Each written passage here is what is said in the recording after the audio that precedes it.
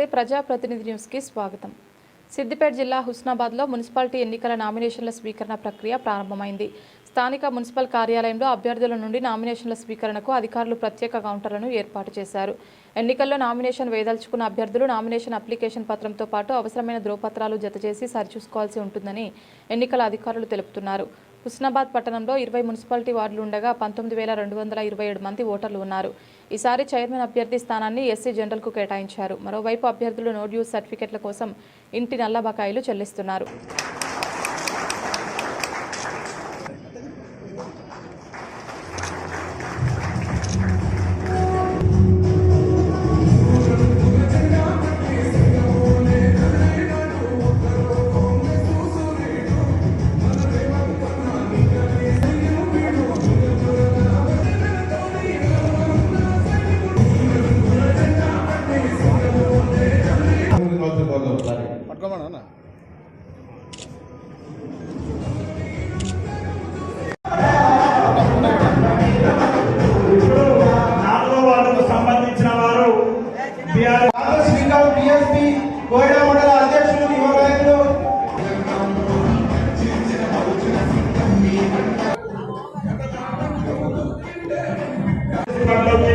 సాధారణంగా ఆహ్వానిస్తున్నాం.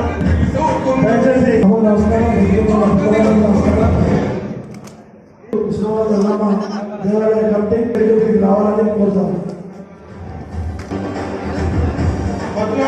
మన కాంగ్రెస్ పార్టీలోకి వస్తున్నందుకు అతని కూడా ఆహ్వానం పలుకుతున్నాం. మనం ఒక మున్సిపల్ చైర్మన్ హుస్నాబాద్ ముఖ్య అతిథిగా గారు మిగతా పార్టీల నుంచి ఏర్పాటు చేసుకున్నాం. మనకు హుస్నాబాద్ పట్టణంలో మరి మంత్రి గారు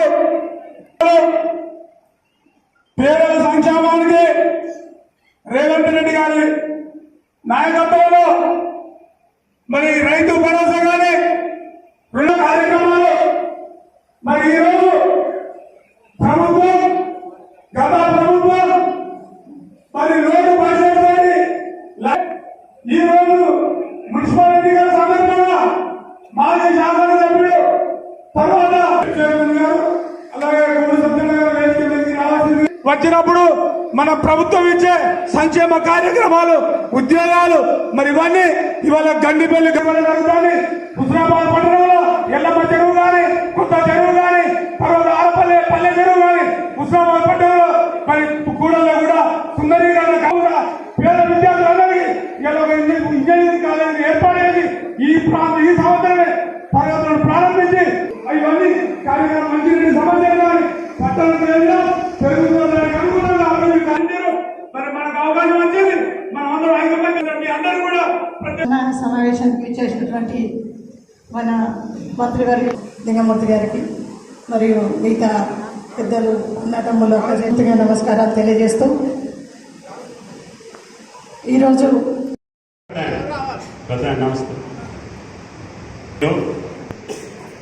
మీ అభిమాన శాసనసభ్యులు నా సహచరులు నా మిత్రులు పొన్నం గారికి ఈరోజు ఎన్నికల సన్నాహక సమావేశంలోనే మాజీ municipal chairman vice chairman Rajitha గారు హరిత గారు వారి కుటుంబాలతో అనుబంధం కలిగినటువంటి పొన్నం గారితో కలిసి వెంకన్న గారు కానీ శ్రీనివాసరెడ్డి గారు కానీ ఈ యొక్క పట్టణాన్ని అభివృద్ధి చేసుకునే దశలో గతంలో మాకున్నటువంటి పరిచయాలతోటి అనుభవంతో పొన్నం గారి ద్వారాగానే ఈ హుస్నాబాద్ మున్సిపాలిటీ అభివృద్ధి జరుగుద్ది. రేవంత్ రెడ్డి గారి పాలనలో మనందరికీ కావలసినటువంటి గౌరవెల్లి ప్రాజెక్టు పొన్నం గారి ద్వారానే అవుతుంది అనే విశ్వాసం ఈ నియోజకవర్గ ప్రజలకు. నేను గడిచిన 2 సంవత్సరాల్లో ప్రతి సమావేశంలో కూడా అది క్యాబినెట్ మీటింగ్ కావచ్చు లేదు మామూలు మీటింగ్ ముఖ్యమంత్రితో ఎప్పుడున్నా మీ శాసనసభ్యుడు మీ మంత్రి అడిగే ఒకే ఒక కోరిక గౌరవెల్లి. అందుకనే ముఖ్యమంత్రి గారు ప్రభాకర్ గారి ఒత్తిడికి తట్టుకోలేక ముందు ఆయన కార్యక్రమం కానివ్వండి, ల్యాండ్ ఎక్విజిషన్కి పైసలు ఇచ్చేయండి, కాలువల పనులు మొదలు పెట్టండి అని చెప్పి క్యాబినెట్లో మేడారం సమ్మక్క సారక్క దగ్గర జరిగిన క్యాబినెట్లో కూడా పట్టుబట్టి ఆ అంశం క్యాబినెట్లో ఉన్నా లేకపోయినా ప్రతిసారి క్యాబినెట్లో ఇరిగేషన్ మంత్రిని ముఖ్యమంత్రిని ఇబ్బంది పెట్టి అడిగేటటువంటి ఏకైక కోరిక మీకోసం గౌరవేది అని చెప్పి మీకు ఈ సందర్భంగా మనం చేస్తున్నాం. ఆయన గారు కూడా చిన్న పదవుల నుంచి NSU organisation, youth Congress, parliament సభ్యుడిగా, ఈనాడు శాసనసభ్యుడిగా, మంత్రిగా ఈ జిల్లాలో అపారమైనటువంటి అనుబంధం, సంబంధం, సమస్యల పట్ల అవగాహన కలిగినటువంటి వ్యక్తి.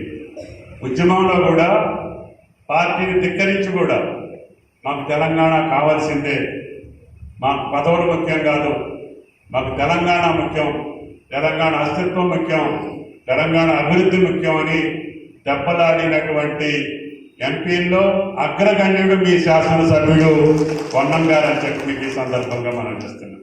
కాబట్టి దయచేసి సంక్షేమ కార్యక్రమాలన్నీ లైబ్రరీ చైర్మన్ గారు చెప్పారు, సింగిల్ విండో చైర్మన్ గారు చెప్పారు, మీరు కూడా అందరూ కళ్ళారా చూస్తున్నారు. ఆర్థికపరమైన ఇబ్బందులు ఉన్నాయి, సమస్యలు ఉన్నాయి, కష్టాలు ఉన్నాయి. అయినా ముఖ్యమంత్రి గారు ఆయన ఇచ్చినటువంటి వాగ్దానాన్ని ఒక్కొక్కటి తీర్చుకుంటూ 2 సంవత్సరాల్లో మహిళలకు ఇచ్చినటువంటి సంక్షేమం కావచ్చు, రైతులకు ఇచ్చినటువంటి భరోసా కావచ్చు, అన్నింటినీ తీర్చుకుంటూ వస్తున్నాం. ఒక పక్క అప్పులు కట్టుకుంటూనే, వడ్డీలు కట్టుకుంటూనే వచ్చిన ఆదాయం మొత్తం వడ్డీలకు పోయినా కూడా ఎరవకుండా, ఎదరకుండా నిర్భరంగా నిలబడి ఈ రాష్ట్రాన్ని అగ్రగామిగా తీసుకెళ్ళడానికి గౌరవ ముఖ్యమంత్రి గారు పడేటటువంటి కష్టానికి తోడుగా మేమందరం కూడా మీకోసం, తెలంగాణ ప్రజల కోసం, తెలంగాణ రాష్ట్రం కోసం సోనియా గాంధీ గారు ఇచ్చినటువంటి తెలంగాణ కళలు పండేటట్టుగా నిరుద్యోగులకు ఉద్యోగాలు ఒక పక్క, రైతులకు పెట్టుబడి ఒక పక్క, మహిళలకి సంక్షేమం ఒక పక్క, కార్మికులకి, కార్మిక వర్గానికి, అన్ని వర్గాల్ని హక్కును చేర్చుకునేటటువంటి కాంగ్రెస్ పార్టీ కులాల వారీగా, మతాల వారీగా, చేర్చి ప్రాంతాల వారీగా అబ్బం కట్టుకునేటటువంటి పార్టీ కాదు కాంగ్రెస్ పార్టీ. అన్న మాటకి కట్టుబడి ఈ రోజున తెలంగాణ ఇచ్చి కాంగ్రెస్ పార్టీకి నష్టం జరిగిన కాదు, నా తెలంగాణ ప్రజల కోరిక తీర్చాలన్నటువంటి సోనియా గాంధీ గారి కోరిక ఫలితంగానే, పట్టుదల ఫలితంగానే మనకు తెలంగాణ వచ్చింది. ఆ తెలంగాణ ఈ రోజున కాంగ్రెస్ పార్టీ మళ్ళీ పరిపాలించే అవకాశం వచ్చింది. కాబట్టి తప్పకుండా అనుకున్న అన్ని పనులు, హుస్నాబాద్కి పట్టుదల కలిగినటువంటి మొండి మనిషిని ఎన్నుకున్నారు. మీరు అందరం కాదు, కూర్చోమంటే కూడా లేదు, నా సమస్యలు పరిష్కారం కావాలని ప్రతి సమావేశంలో దెబ్బలాడేటటువంటి ఒక రాజకీయ నాయకుడిని ఎన్నుకున్నారు. కాబట్టి మీ సమస్యల పట్ల జిల్లా ఇన్ఛార్జ్ మంత్రిగా ఆయనకి సంపూర్ణ సహకారం ఇచ్చే బాధ్యత నాది అని చెప్పి మీకు ఈ సందర్భంగా మనం. కాబట్టి దయచేసి అభివృద్ధి సంక్షేమాన్ని కొనసాగించుకుంటూ ఈరోజు చేరినటువంటి మీ అందరికీ కూడా స్వాగతం పలుకుతూ అందరం అన్నదమ్ముళ్లాగా కలిసిమెలిసి 20 వార్డుల్ని మీరు గెలిపించుకోవాలి. ప్రభాకర్ గారు ఇక్కడ ఉండేది పెద్దగా ఉండటానికి అవకాశం లేదు, ఎందుకంటే ఆయనకు ఇంకొక పార్లమెంటు నియోజకవర్గం ఉంది, ఇది ఆయన పార్లమెంటు నియోజకవర్గం. ఇక్కడ 7 నియోజకవర్గాల్లో ఉన్న మున్సిపాలిటీని ఆయనకు బాధ్యత ఇచ్చినటువంటి 7 మున్సిపాలిటీలో కూడా ఆయన అవసరం ఉంటుంది. రాష్ట్రంలో ఇంకెక్కడికైనా పొమ్మంటే కూడా పోవాల్సిన అవసరం ఉంటుంది. సమయం కేవలం 10 రోజులే ఉంది. మీకు విత్డ్రా అయిపోయిన తర్వాత 10 రోజుల్లో ఎలక్షన్ వచ్చేస్తుంది. కాబట్టి దయచేసి మీరే పొన్నం ప్రభాకర్ మాదిరిగా, మీరే రేవంత్ రెడ్డి మాదిరిగా, మీరే భుజాన్ని వేసుకొని వేదిక మీద ఉన్న వాళ్ళందరూ కూడా వ్యాక్సిన్ వేసుకుని 20 డివిజన్లే కాబట్టి 20 వార్డులే, నాయకులు చూస్తే 100 మంది ఉన్నారు. కాబట్టి మీరు నలుగురు కలిసి ఒక్కొక్క వార్డు తీసుకున్నా, పొన్నం గారు నువ్వు అక్కర్లేదు, నువ్వు లేకుండానే నేను 20 వార్డులు గెలిపిస్తామని చెప్పాల్సిన బాధ్యత వేదిక మీద ఉన్నటువంటి పెద్దలందరికీ ఉంది.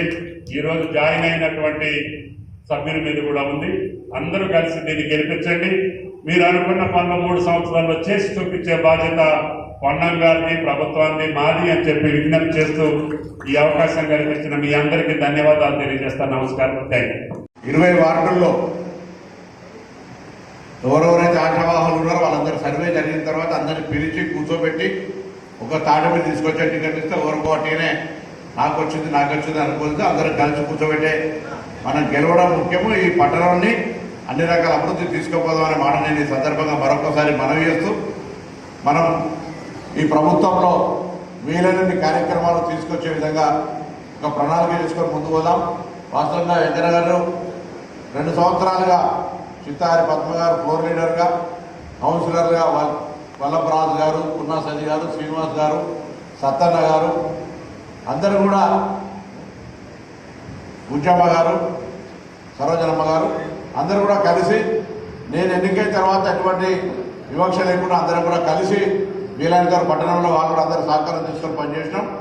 తప్పకుండా 20 సంవత్సరాల స్నేహితుడిగా వెంకన్న గారు, మరొకసారి పట్టణానికి సంబంధించిన శ్రీనన్న కానీ అందరూ కూడా కలిసి పెద్దలందరి సహకారంతో సలహా సూచనల మేరకు మా హుస్నాబాద్కు కరీంనగర్ 40-35 కిలోమీటర్లు సార్, సిద్దిపేట అంతే సేమ్, హన్మకొండ అంతే, జనగాం అంతే, 4 జిల్లాలకు మధ్యలో ఉన్నప్పుడు ఇది ఎక్కువ అభివృద్ధి చేయడానికి అవకాశం ఉంది. పక్కనే గవర్నమెంట్ ప్రాజెక్ట్ రాగానే ఈ ఏరియా అంతా సస్యశ్యామలం అయిపోయి ఇండస్ట్రియల్ అగ్రికల్చర్ అలైడ్ ఇండస్ట్రీగా వెళితే మీరు వ్యవసాయ శాఖ మంత్రులు మీ ఆధ్వర్యంలో మన ఎన్నికల కోడ్ ఉంది. కానీ వ్యవసాయానికి సంబంధించి మీరు ఒక మంచి ఎగ్జిబిషన్ ఇక్కడ ప్రదర్శన పెట్టినప్పుడు కూడా రైతులు అవగాహన తెచ్చుకున్నారు.